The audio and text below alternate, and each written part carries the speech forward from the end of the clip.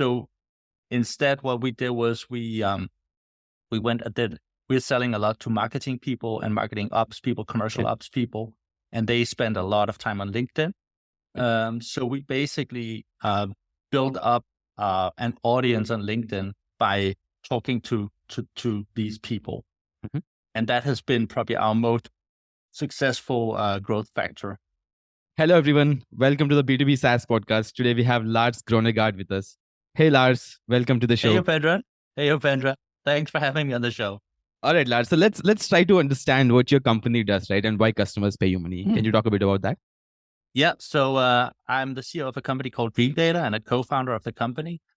And we help mostly B2B SaaS companies understand how that go-to-market strategy works, both at sort of a strategic level and at a more tactical level. So which things they do lead to new customers, which things are cost efficient and that kind of thing.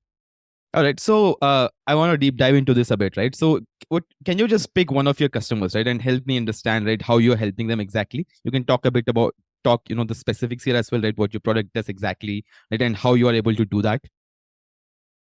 Yeah, so like a typical customer for us would be like a B2B SaaS company. And we would offer basically tracking of everything that goes on the website. And then we would be pulling data out of their CRM system, their various advertising systems, and their marketing automation platform. We get all that data together. And once you have that data in one data platform, you can do things like say, okay, how much revenue did my marketing team contribute last month? Or you can, from the marketing team, you can say, hey, I spent $50,000 on Google Ads last month.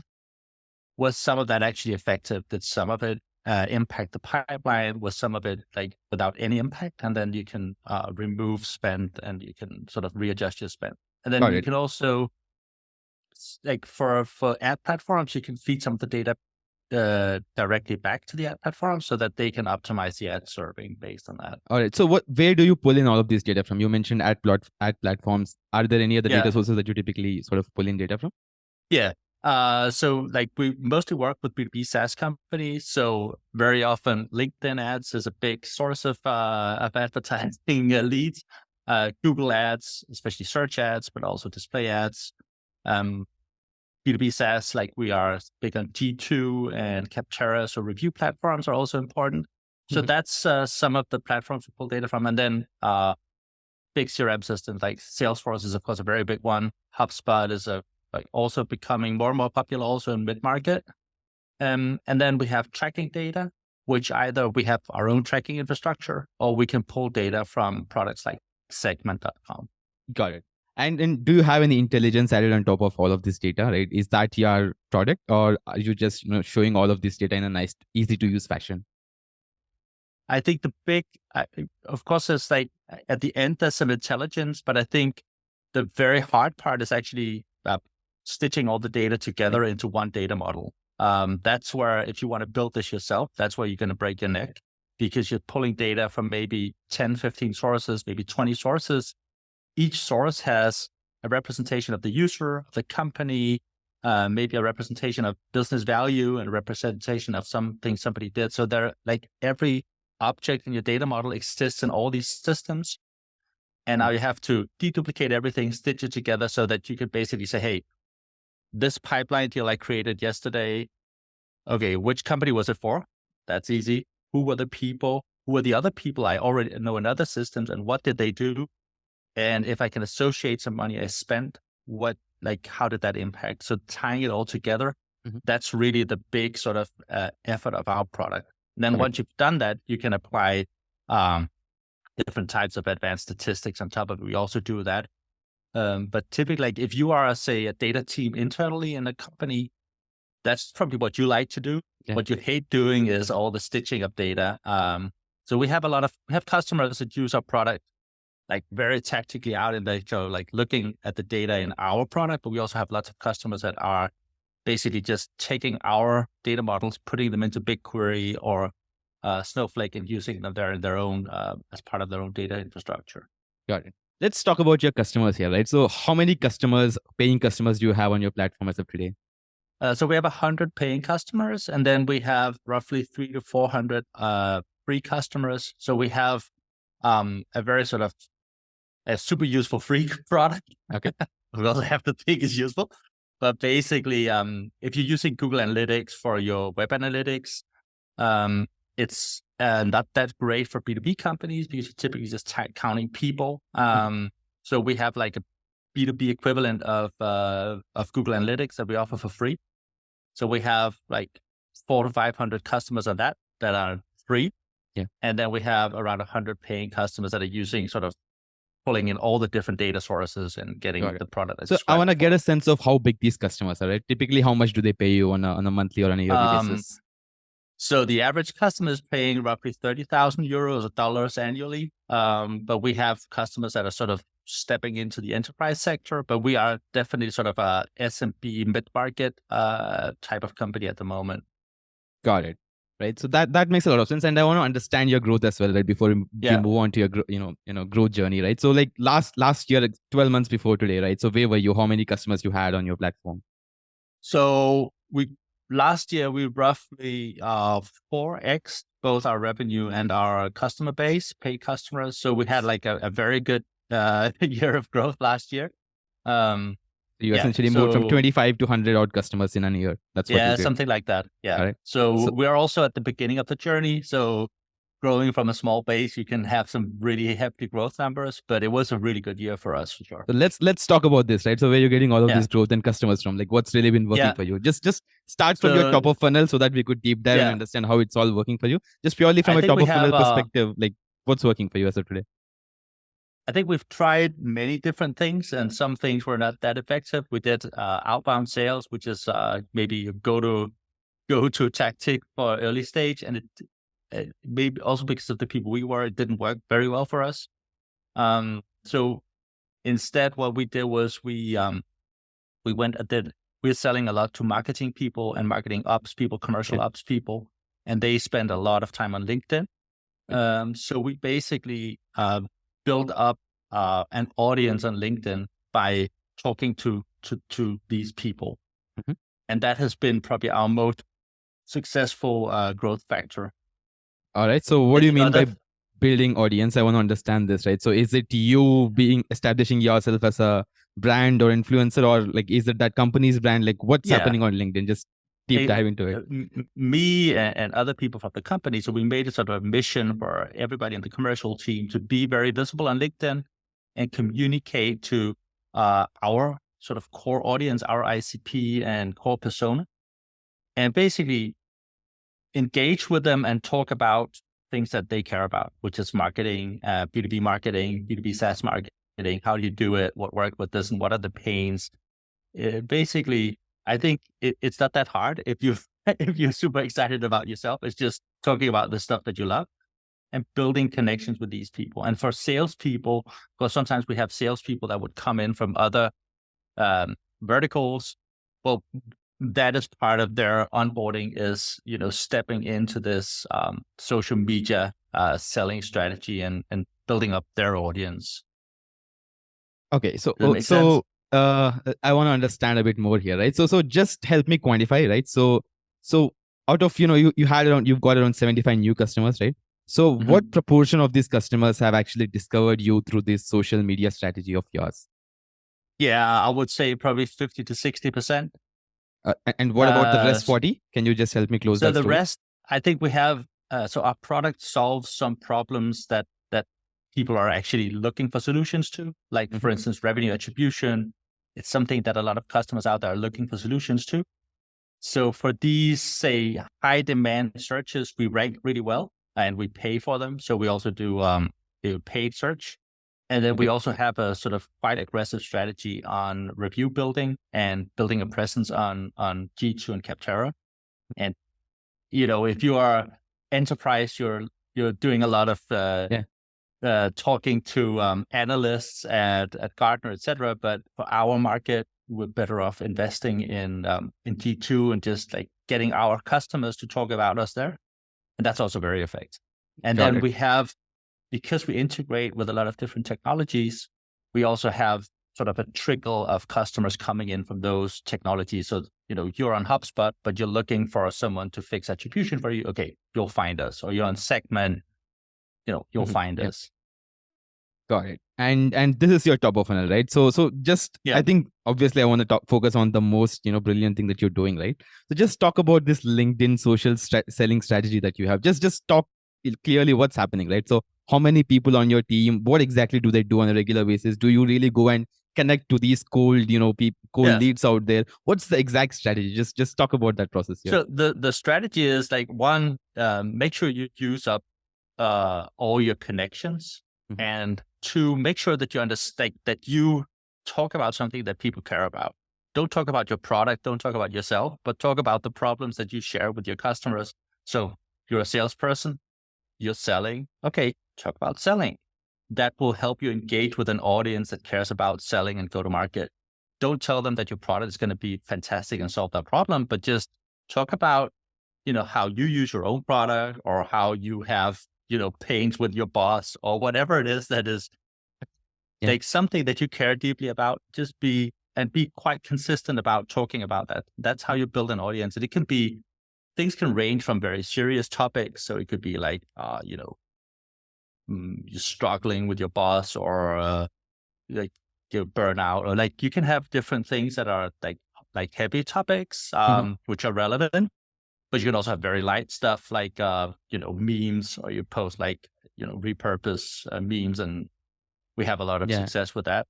So how many folks in your team sort of do this on a regular basis, right? So, and how many followers do they have, like typically?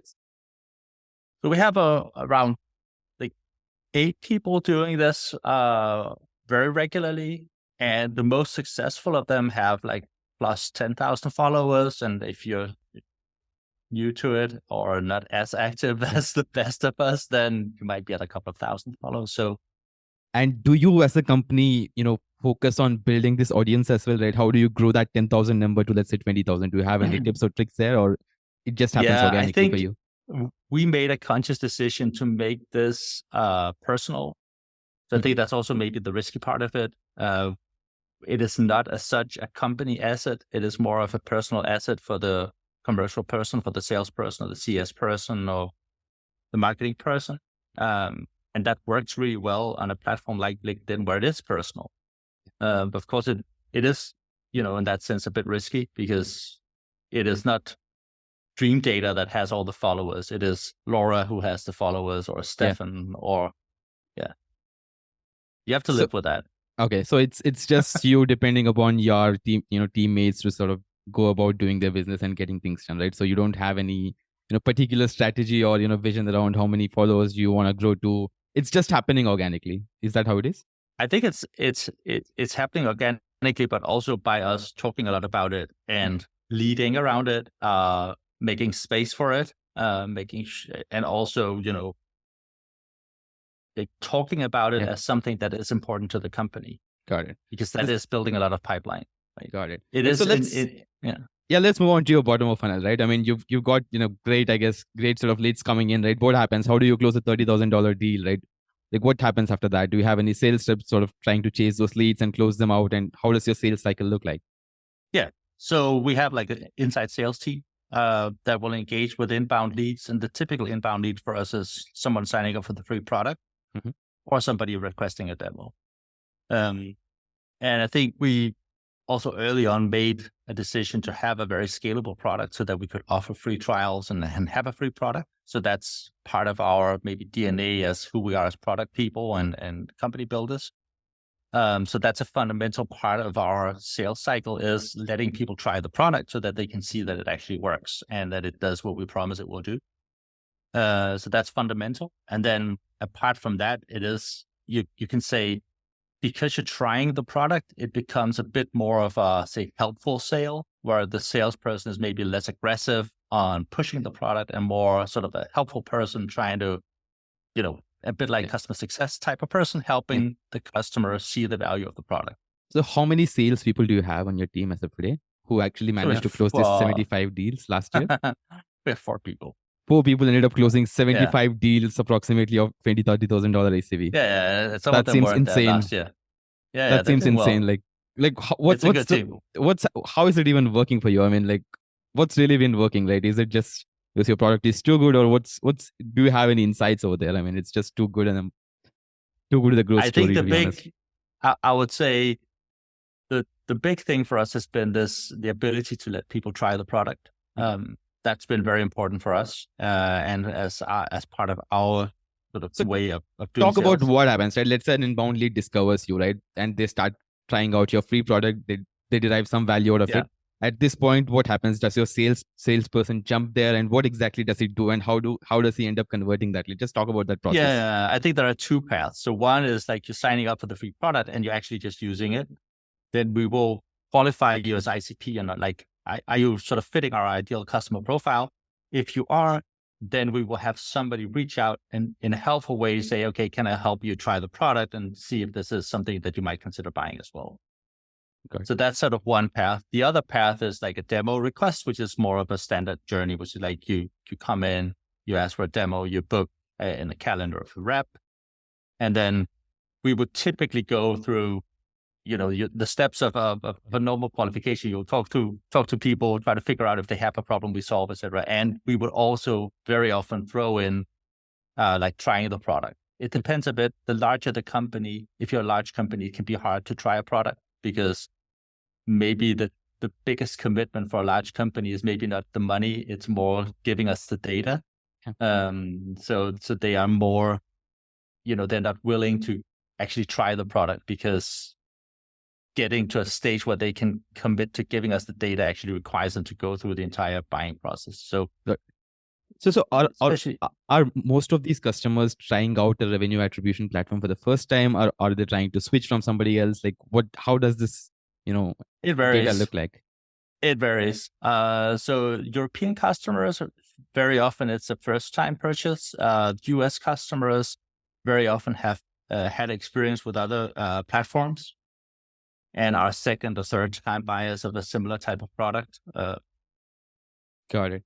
Right. And let's talk about your churn, right? I mean, I guess like how are you how are you able to sort of keep hold of your customers, right? So are they churning out? Like how does your expansion rate look like? I think like churn and expansion is where we're working a lot right now. You can say our product is an analytics product.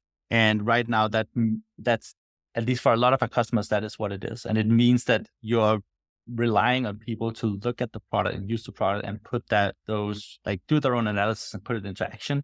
Mm-hmm. So we are building up a lot of capabilities of the product to make sure that you can have, say, set and forget type of features where you connect and then the product continues to deliver value. Also, if you're not continuously accessing the product. So we do a lot of work in that space. And then the other end is that we very much like customers who work directly with the data and build the data into their daily processes. And I would say if we manage to get those things happening for a customer, then we have very, very low churn rates and nice upsell also. So do you have any initial numbers on how your expansion look like? So did you manage to convert any $30,000 deal to, let's say, $60,000 or so? We're not there yet. I think that for us, we've been focusing on driving quite high contracts as the initial contract, and that makes this sort of very big expansion quite hard. Mm-hmm. I think we're maybe leaning a bit towards trying to, I'm not sure about it, but I have a feeling that going for a slightly lower entry point, sort of can cut the time of the sale. I don't think we have a very long sales cycle, but you can have more success in sales if you have. Just like how big is that sales cycle? Is it in months, the quarters? How big is that? Like 60 days. 60 days from initial contact to closing a deal on average. Got it. Let's move on to your backstory, right? So I want to understand, like, when did you start the company, right? What's the story there? So the story of the company is basically with three co-founders, and two of us work together in another SaaS company. And we had all the problems that we're solving now. So we had a ton of data from different go-to-market systems and a lot of tracking data.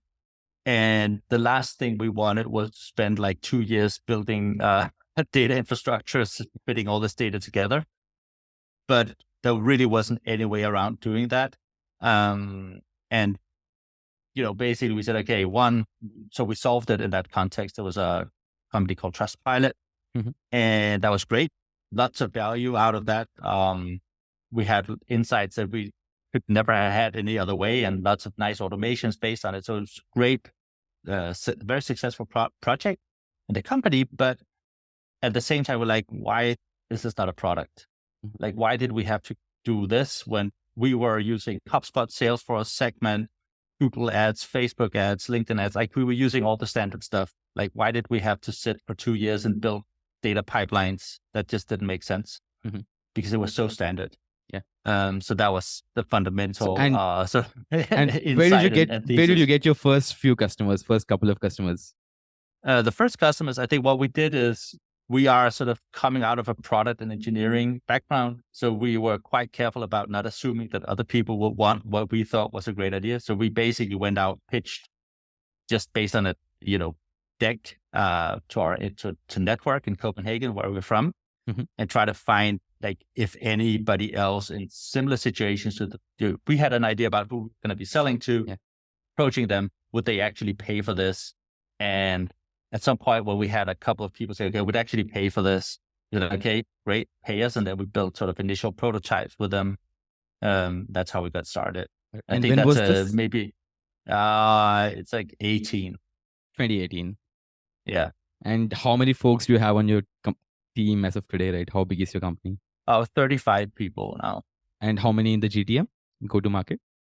In the go-to-market team is like 12 people. Got it.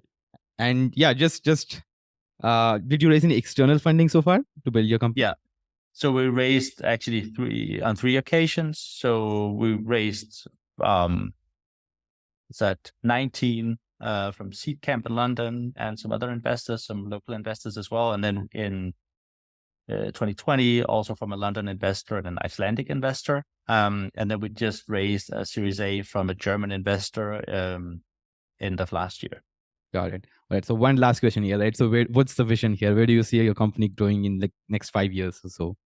So the big vision is automating a lot of go-to-market based on the data. I think that is our big vision. You can say Amazon does not employ 1 million salespeople, and we don't see any reason why sort of B2B companies shouldn't be able to have some of the same levels of automation that a company like Amazon has. But one of the big things holding back those companies is data. And we want to solve that problem. And we want to be sort of the foundation for companies in the B2B space becoming as automated in that go-to-market motion. All right, Lars. That's the big vision. Yeah. All right, Lars. Thanks for taking the time to talk to me. Hope you scale Dreamdata to much, much greater heights. Thank you. Thank you, Upendra.